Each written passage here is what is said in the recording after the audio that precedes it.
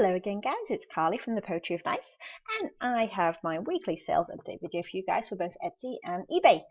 So let me just go ahead and preface this sales video by saying, while I didn't have a bad week at all when it came to sales, I did have like an epic week of returns. For some reason, all of the returns from things like not fitting or just like buyer's remorse, those kinds of things, all just kind of arrived this week. So yeah. Ugh. So what I'll do is I'll kind of take you through everything that's sold this week, and then I will go ahead and mention the returns, and I'll let you know what that did to my numbers and where my numbers ended up at the end of the week. Okay, so here we go. So let's start with Etsy. So this sold, and this actually, funny enough, is heading to England, to my hometown, which was kind of exciting. But anyway, I paid $1.60 for this at an estate sale. It's just like a little stainless steel spoon.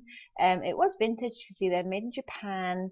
Little Minnie Mouse, and this sold for $14.95 with buyer paying shipping. Oh, let me go ahead and say my little disclaimer is the prices I give you is what the buyers paid for the item. It doesn't include shipping costs, which is basically, unless I say different, the buyers did pay shipping. I don't usually do free shipping, and it also doesn't include fees or anything like that, and that is something I will summarize at the end of the video for you.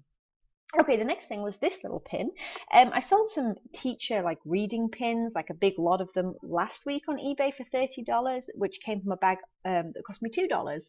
And this was in the bag as well, and I have a few more left over. So this was kind of a freebie. I put it down as costing about 10 cents and everything was evened out, but it was pretty much free. But it was also bizarre. It says, "How can I love you if you don't lie down?" And I want to say that is a bed. I don't know what it means.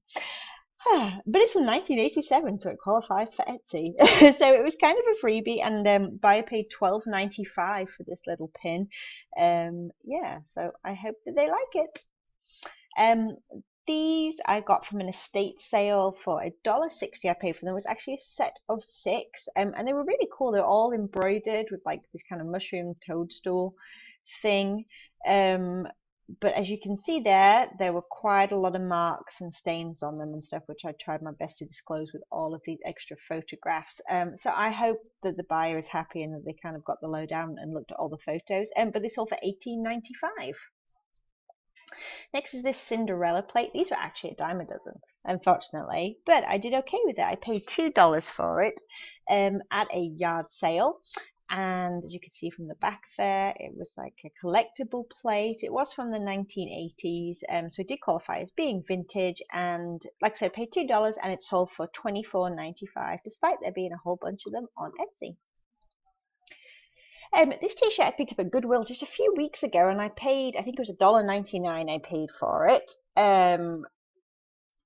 Made in the USA, very cool t-shirt, and this sold for, where is it, $19.95. That's what this sold for. A little bit of crack into the design, but overall it was in good shape. This little Mickey Mouse kind of beer glass thing, I paid about $1.40 for this at an estate sale. He had a lot of fading, as you can see there, and I definitely did some close-ups and stuff as well. But it was a cool little glass, and this sold for $7.95, which is not a lot of profit. I originally had him up, I think, for $12.95, but then I kind of took a second look at the condition, and there was quite a lot on Etsy, so I decided to just drop that price, and I'm glad that he moved for $8. That works for me. Another pair of eyeglasses. These were no brand, nothing like that. They just were what they were, but they were very cool, extremely kind of 80s 90s style. They had like a kind of a tortoiseshell detailing happening with a plastic and engraved bridge piece there. They were just a really cool pair of glasses. I thought these were kind of neat. I paid, I think, about $1 for these roughly at a yard sale.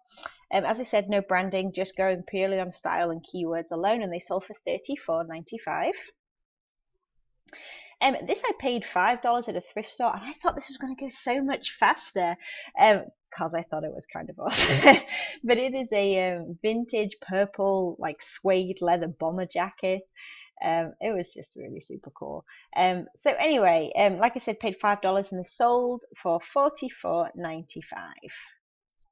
Awesome piece. These I paid $1 for, I should say, sorry, at a yard sale, and the woman was talking to me about the 80s. They screamed like 80s, 90s to me. They were very cool, and they were quite large. They were definitely not small. but they were kind of awesome. And they had a lot of likes, a lot of favorites and stuff, and a lot of views on Etsy. But they eventually sold for $12.95, just these little plastic kind of vintagey retro studs. And the last thing on Etsy this week was this vintage snapback hat. Obviously, Tennessee Vols, they had a win the Saturday before this last one, and I sold 2 hot hats like instantaneously. Which, there you go Vols. But I paid $1 for this at a Goodwill, and this sold for $24.95. All right, so that is it for Etsy. So I had a total gross profit on Etsy this week for $218.50, which is lower than usual, but that's okay. But at the end of this video, I'm going to let you know what happened with returns and how that kind of squared away with Etsy in the end. All right, so on to eBay. So this sold, which was quite exciting. This sold last night on Sunday night. I paid $3 for this at a very random yard sale. I kind of dug it out of a bin. And then I looked to a bunch of Facebook groups like that specialized in lights and lamps and things like that to give me some clues, because I didn't know what I was looking at. But my clues ended up being from like this little switch here. It was General Electric piece, and this was like a key switch up high, and they will let me know that that means that it's sort of very early on in the century when it has that kind of mechanism, as well as it having like a mud glass quality to it. So it was up for $149.95. I had about 8 watches on this, and it just kind of sat there for ages with all these watches kind of accumulating. But I ended up sort of going back and forth with the buyer, and it was $30 shipping, which I appreciate. That's quite a lot. And they have to clean it and rewire it. I mean, this thing, look at this. It is in rough shape. It needs some love. That's why I put so many photographs on it. But we ended up settling at $75, which is not bad for a $3 investment. Packed the crap out of it because I don't want it to crack en route. And yeah, I'm happy with that. So I hope that they love it. Next is this vintage baby quilt. This was from possibly the 1960s, as you can see here. It's from like a That's Our Baby kind of product, and what those I believe were like the kind of cut out and stitch like fabric panel kits that you could have, but someone had made this into a quilt. It was very cool, barely any marks or anything to it. And I took a best offer for that for $18, and I paid about $1.20 for that at an estate sale. This Alice in Wonderland book I actually picked up last weekend. I paid 89 cents for this at a church rummage sale when everything was kind of lotted out, and it was in fantastic condition, like really good shape. It was illustrated, and I could not find a date on it. All I could find was a publisher, which was like a London publisher. So I put it up for auction because I've done okay with these vintage Alice, like hardcover Alice in Wonderland books before, or Alice's Adventures in Wonderland, I should say. And it sold on auction for just one bid, even though it had several watches, for $29.99. This VCR finally sold. Woohoo! I paid $1 for this at a yard sale. It sat for quite a while, and it sold on sale, and it was fully working. I tested it. It sold on sale for $25.49. Another Scrubs top sold. Obviously a Peanuts Halloween one. I dropped my price to $9.99. I paid $3 for this, and I would not pay that much for scrub tops again. If I can get them for 50 cents, I'll flip them for $10 because they're pretty easy to list. But at least it's gone now, so all my scrub tops are gone. This was kind of an experiment, and it worked out okay. So I've been picking up these old like musical theatre LP records at thrift stores or yard sales whenever I found them for around about $1 a piece. So I got about $8 in this whole lot. So you can see there's Cabaret, Camelot, Sound of Music, Oliver, King and I, West Side Story, Mary Poppins, and Oliver again, but just a different version, I guess. So I blotted all of these together, and what I did is I described them as like decor pieces because they were completely untested. There was definitely a lot of wear on them. I took as many photographs as possible, and I lotted them up, and they actually sold on sale for $42.49. So $8 in, $42.49 out. It's an experiment. I just kind of wanted to learn, really. So I guess if I found them for like 50 cents or $1 again, these musical theatre ones, these vintage ones, I may grab them. I don't know. We'll see. It was kind of a pain to like photograph and list them all, though, I have to say. It took me a while to do this listing. So I don't know. We'll play it by ear. But there we go. You live, you learn. Next is this vintage, was the NBA Phoenix Suns windbreaker jacket. I picked this up last week as well at that same rummage sale, so 89 cents is what it cost me as well. It was a very cool piece. Now there was a tear to this, which I actually had to fix by hand, and I have some photographs in there. You can see there like my stitching and stuff, but there was no sign of it on the outside. I am a fairly accomplished sewer, so I was able to mend that fairly well and disclose it obviously as having been hand mended. But anyway, it sold for a best offer of $32.99 within a day, and I'd had offers on it almost straight away, so hopefully they're very happy with it. This tea kettle finally sold. I paid 72 cents for this at a rummage sale as well. It has sat on both Etsy and eBay. Finally sold for $19.99, and it went abroad. This Vols like kind of flat cap style hat. Ugh, I don't know what it was, but it was unusual, that's for sure. I picked that up for 50 cents at a yard sale. It sold for $24.95. A lot of vintage children's books. I got them for 25 cents a piece, so there was $1 in this whole lot here, and I took a best offer of $25, which I'm happy with buyer paying shipping. And last but not least, I sold another one of these. So this is one of the Christmas decoration, like lighted Christmas decorations that I picked up. I got 4 of them for $10, so $2.50 a piece. And this one, just like the last one, sold for $49.99 with buyer paying shipping as well.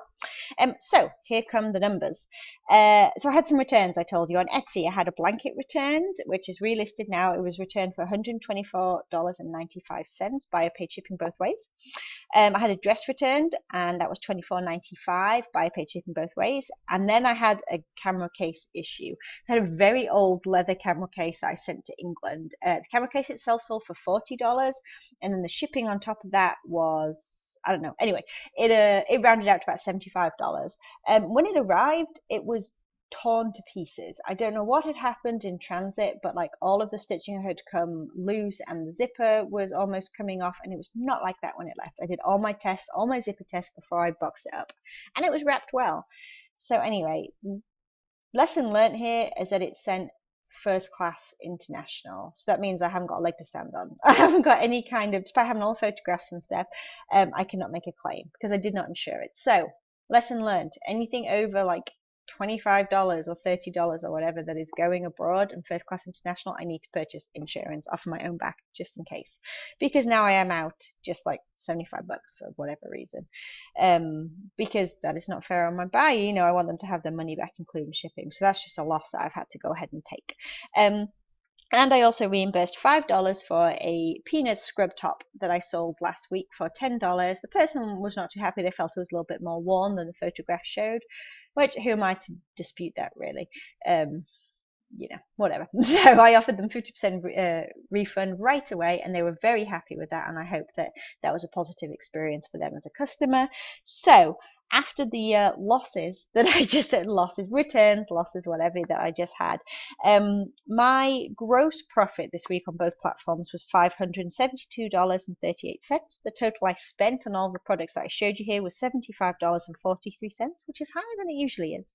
And my net profit after all of the fees, that's including listing fees, final value fees, the fees of having an eBay store, PayPal fees, the cost of buying the items, and the reimbursements / returns and all that kind of stuff that I did this week. My net profit was a lowly $217.01. Because there was quite a lot. There was over $225 there that I had to essentially give back to people. So Etsy, actually, even though I made a net profit of $208.85 on Etsy, I actually still owe them money for my listings and shipping, which I paid off today. So I'm back in the black with Etsy, but oh my goodness, that was one for the books. Okay, so give me a thumbs up if you like this, subscribe if you want to see more. And guys, thank you so much for hanging out with me tonight. I hope you guys have an amazing week, and let me know what you think in the comments. I'll talk to you all soon. Bye.